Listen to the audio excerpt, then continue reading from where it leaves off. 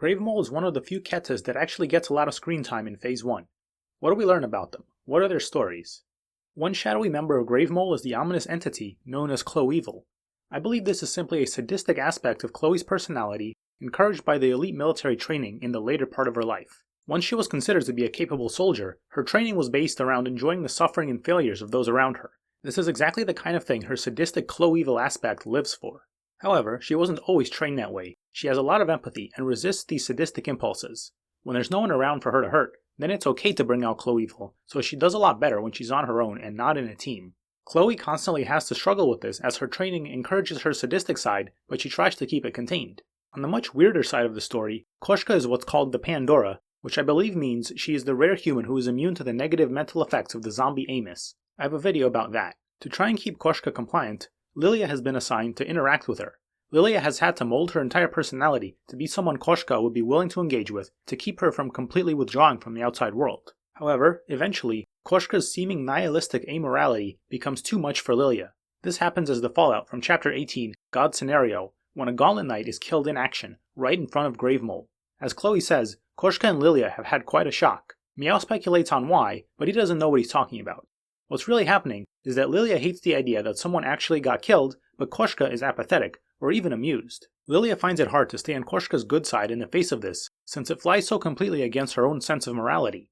This comes to a head in Chapter 24, A Kid's Meal of Natural Disasters, when Gravemole is giving instructions to inexperienced Gauntlet Knights. Lilia encourages them to value their own lives according to her morals, whereas Koshka thinks this is pointless. This complete divergence of perspectives makes it clear to Koshka that Lilia hasn't really agreed with her and was only acting as part of how Koshka was kept under control. Chloe realizes this too, which is where things get really bad for Lilia.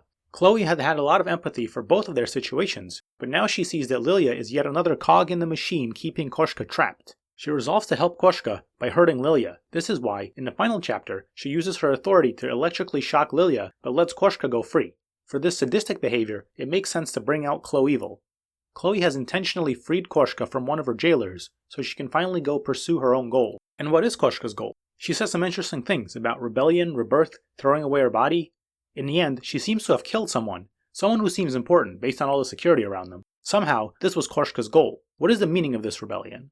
In their experiments, the secret doctors in Gilroy Level 4 Heavy Military Research Center are trying to copy Koshka's brain structure into someone else. They are held back by her own pain. If they numb her too much, the data doesn't transfer, but if they let her hurt, it's dangerous for her. So, they've never succeeded.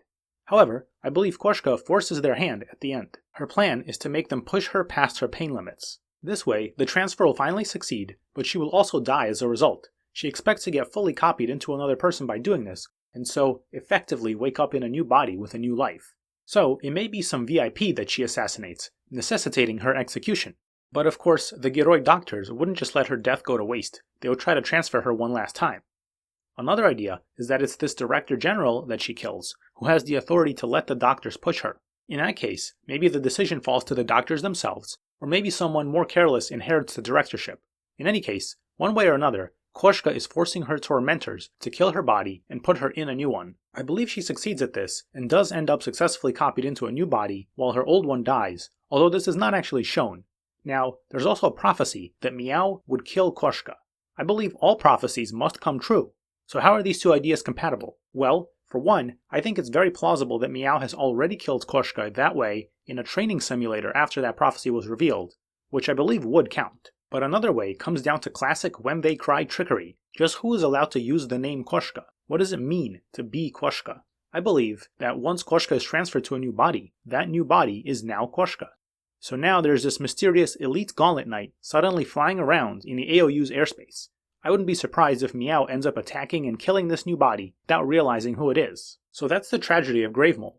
It's also an attempt to make sense of one of those scenes that happen at the very end. It's like a final exam, in case you thought you understood the story. Just mystery after mystery. Look for my other videos to give my thoughts on all those mysteries and more.